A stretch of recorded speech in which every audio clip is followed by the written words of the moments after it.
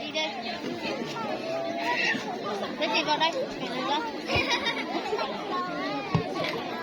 Lạnh đâu. Đi đây.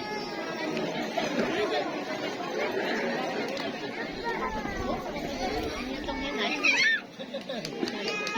Mình con mới đang lên đâu. Nhớ nè bùa nhớ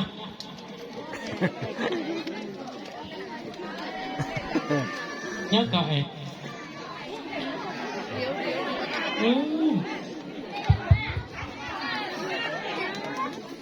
cái gì luôn cái nào đặt quê cú tu nó cắn nó mà giờ tôi cứ mà bạn của nó sớm mò các cú lúc ha bờ hà lu mà cú tu nó cắn nó mà giờ ta điตัวnó mà chứ cúยกพวกเป้อย่างวะแต่mà giờก็nhớ là nó mà chỉ cúพวกเป้นู่sớm mà Cô có thể mình chụp đi bự mà, ít mà anh chụp đi bự mà. Ồ lỡ, nó ta của thầu in nút của mong giò số họ. Ê, các bác của bự, không có thể lấy.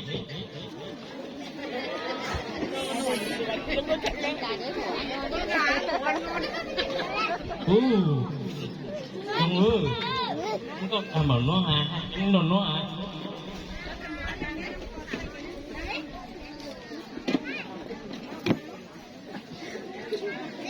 Con nè bu, cứ ai cứ tu lúc anh ôm mất đã tin ta lời, cái chồng khi chồng xây dựng với, nó chắc quý ti ta phải tí, một hàng một chỗ nó tí thì nó quý mong sẽ quý mong, cứ à, nhìn đầu tí em muốn luôn cho.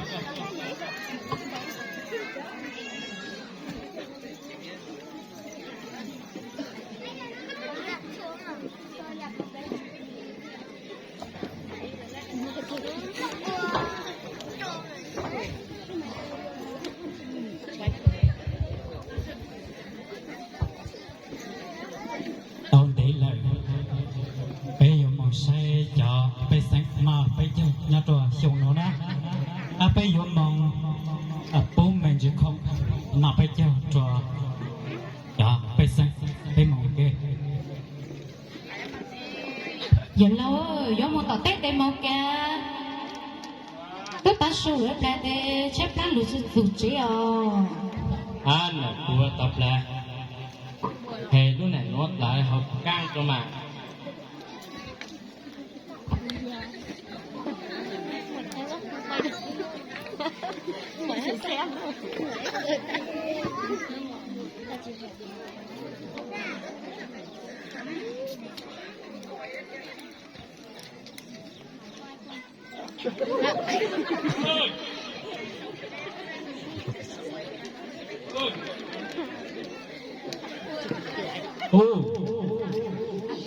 nó lúc đó mà như thanh hạt của ta ở tạm thanh tôi cũng nhớ tạm chỉ cái chuyện lo nó là phần này tôi ra hà tôi giờ nó máu giờ sẽ nó dùng liền đó Nó một tàu Tết để mong cực cao. là bữa có khởi của lúc nó mùng cha nếu mùng tao tí muốn ít lại rồi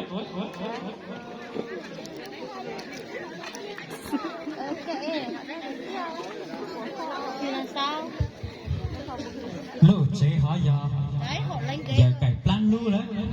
bây giờ mong xài giờ cái plan đấy Ô, mẹ cháu cứ một lô to đó. bây tôi Mẹ sốt lên to nó tê. Sốt lên nhóc, nhóc đợi cơ. Sốt lên nhóc, anh em lọc lôi. Nên là giờ kể, anh em lọc lôi, ít số một tay, sốt lên nhóc. Nhóc tê coi, sốt lên nhóc tê coi. nhá Em, này giờ kể cho nhóc, em mẹ tôi em lát cho cháu cứ ôn lô. bây tôi rồi giờ cái plan nào bây giờ nó nè để cho nhá chế đó Nên nó hạt nó cho tí nó nè luôn đủ tí rồi. nhưng mà luôn từ tây là ai giờ thì nhau thì phải sáng tổ bố mình chỉ không nó phải chào chùa giờ được lắm mấy trên nên ha giờ được chỉ nhá là cho các ông này các nhá là phải mất cho các là giống như dạng này phải mất cho nữ ha mà qua lên thì ôm mà thế các lượng nói phải mất cho các từ mất khá khổng cứ phải mất cho cô sẽ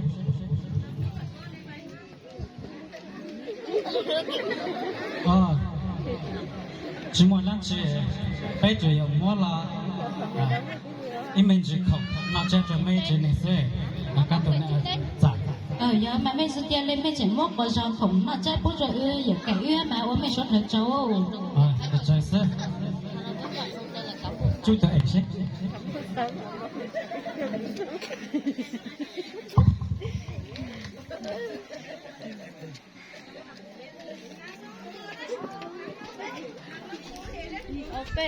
lo tay suất lên nhá suất lên nhá giờ cái plan chính nhá nó tệ pe là năm một chế à để ra pe mà cho tốt luôn ta nói mấy chở cứ ôn nói luôn nhá hú thành hú thành đấy tôi tệ mấy nhá mà nhá cũng mong ba khá số mấy nó rồi mấy tôi rất lấy tôi cả số là hết nhá suất lên nhá cũng ba khá số mấy nó rồi nhá là nhá mà cái suất lên nhá nhá tôi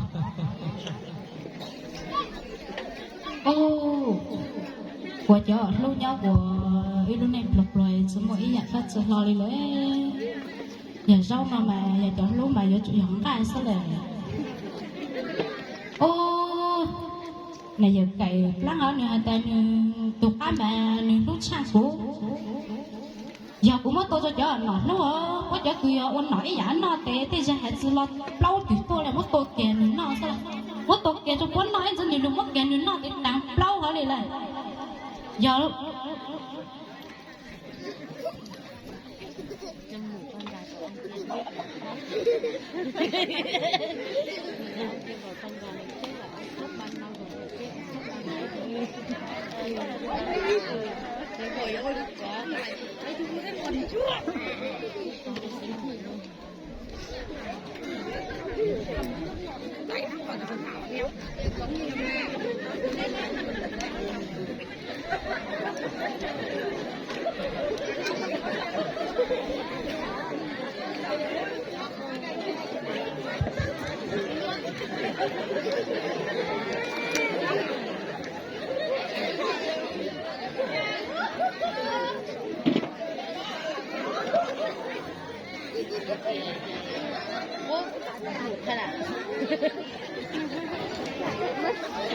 con gà chết luôn rồi mà áp chuẩn đấy bác con gà rồi còn đang chạy đi đâu chơi rồi gà to lên thế chắc nó còn đang nhảy nhảy cười lắm vậy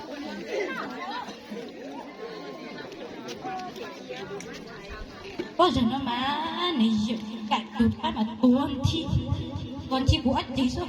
cái chính nòn thằng luôn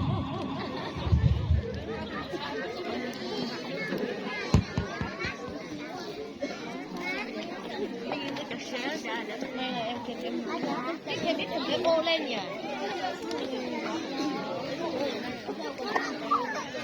chắc ăn đi chơi nhưng mà không phải thấy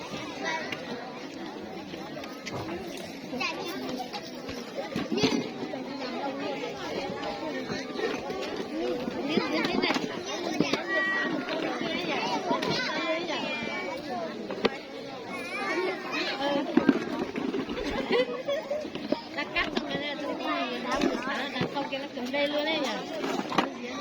ôi nó mà giờ đẹp lắm tôi nên tá mà đánh rồi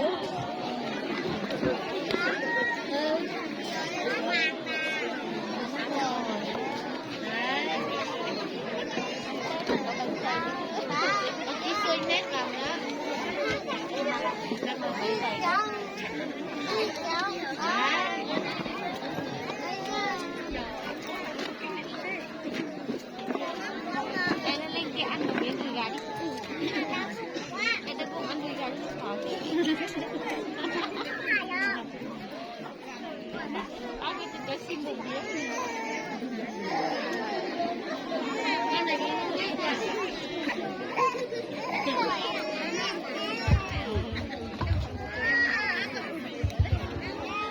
lên nó mà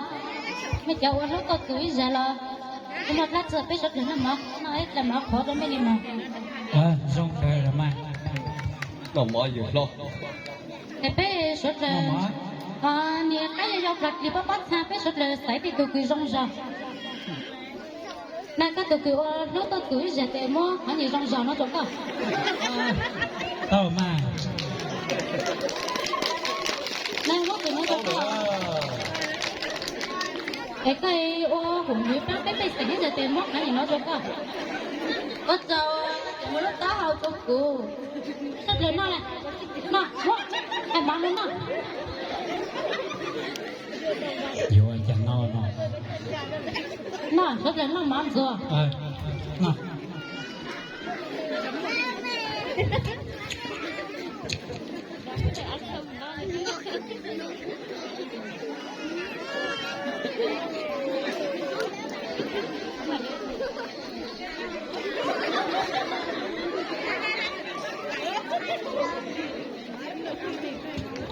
Nhưng mà được ăn thế này anh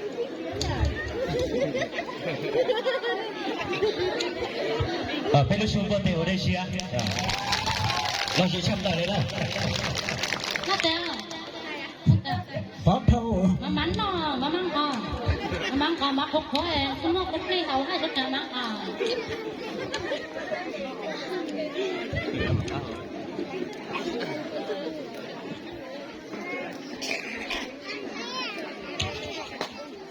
con tài sốt lên mắn nè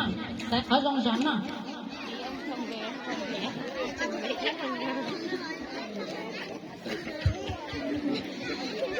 nó trâu à nó tên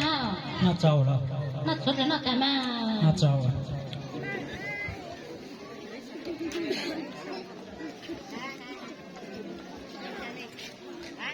tên nhá bên nó mất tao này tê bây giờ một chế lại quá nhưng mà nó biết đâu lúc tôi cưới giờ tới tới đây sẽ lại giờ cái hát lùi phụ giờ cái mùa mà chỉ nhớ để bên mà lửa ra bên mà cho to hả lá giờ mà mồi lửa ra mới hát tô để biết mồi à để mồi mới hát tô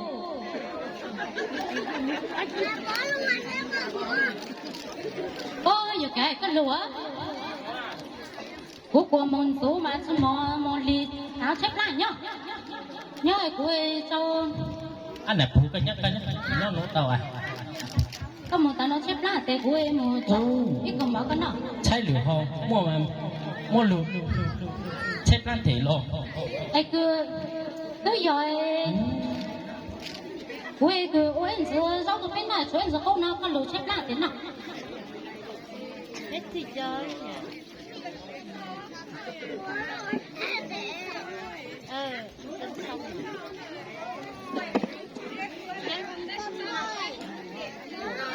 xong hôm nay cần nó y tổng ta nó ăn nổi mò giờ giờ nó lọc ăn nổi nhà phụ có đủ nó cũng hay có sẽ giờ hôm nay giờ nhỉ ăn ngô để chúng mua tủ cắt nào đi mua nhà có mua cắt thì đủ số nào nữa tôi giờ cái thứ nhớ lựu cái thứ là tôi giờ có xin nhớ có giờ tôi nhớ u hành hai bút tỉnh tôi tôi tải sự của tôi nó chắc cái chồng này có giờ của nó tôi của xin một lát giờ này cũng có được áo có con nọ luôn hả tại sao cho nó tôi giờ của ta có muốn đến sẽ lùi cho lúc tôi sẽ cũng mất cái đồ cá tôi là con nọ luôn giờ tận hiểu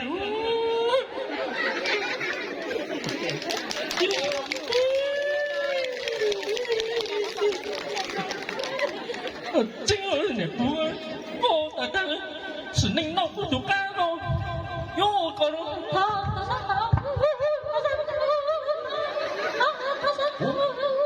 dùng đâu lịch cái cô đấy hả cái thứ con à ô phát tán lúc trên cái bây giờ tàu mưa rồi một bên một xây chạy được gì nhiều cái trăm mà sao sẽ cái sắt tàu chính nông của chúng ta sự chính mong của cái này giờ lên cho anh kẹp lá bây giờ có tại các lớp chế lợi chẳng luôn xe nhớ cho ô chẳng hay có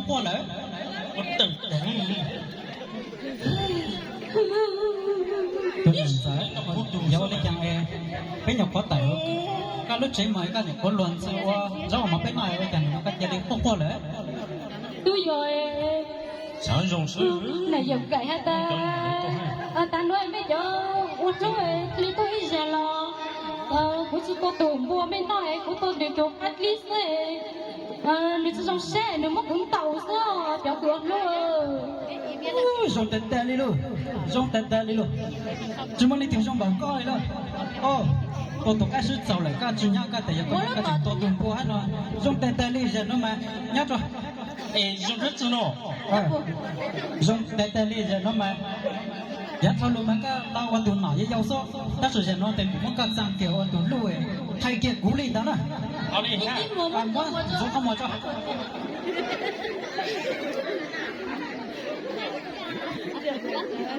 số cú liễu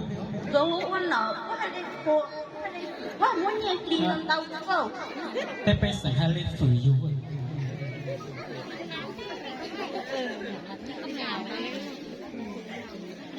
Tới rồi chạy đồng trâu ấy. tới giờ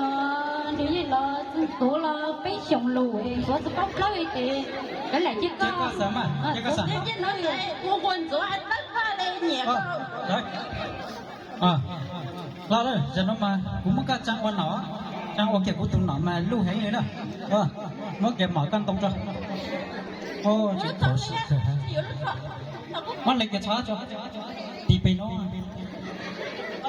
tắt từ một tí luôn Muốn có tiếp muốn lắm. chỉ là tê tê rồi giờ luôn cho là chỉ cho lấy đi hết cái chơi mà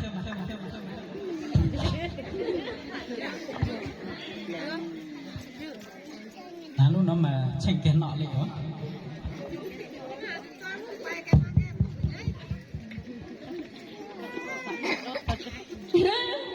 Nọ cơ chỉ nọ cơ đi nữa Trong con tụi này quá dính rồi, tại nó chạy ra con trâu ấy. rồi có dùng xe này rồi có dùng xe thì nó to tụi nó lưu nữa dạ thì chúng đi một xe là có bé chui tụi ảnh sách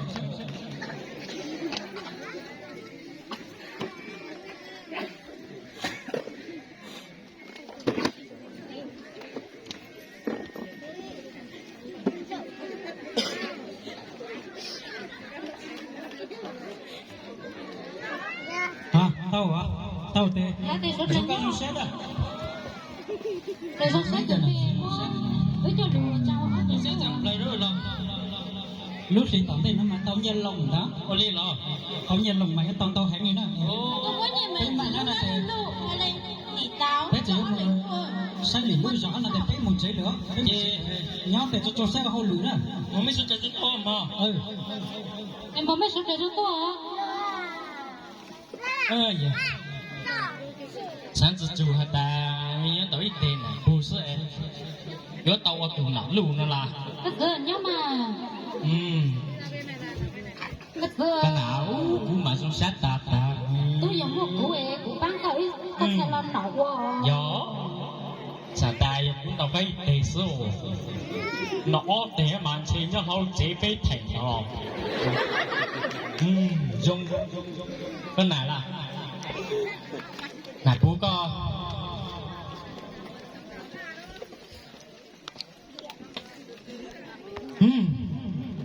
chẳng lúc gì cứ có hải mua nhà gì số là bố lá chẳng do là ta số mong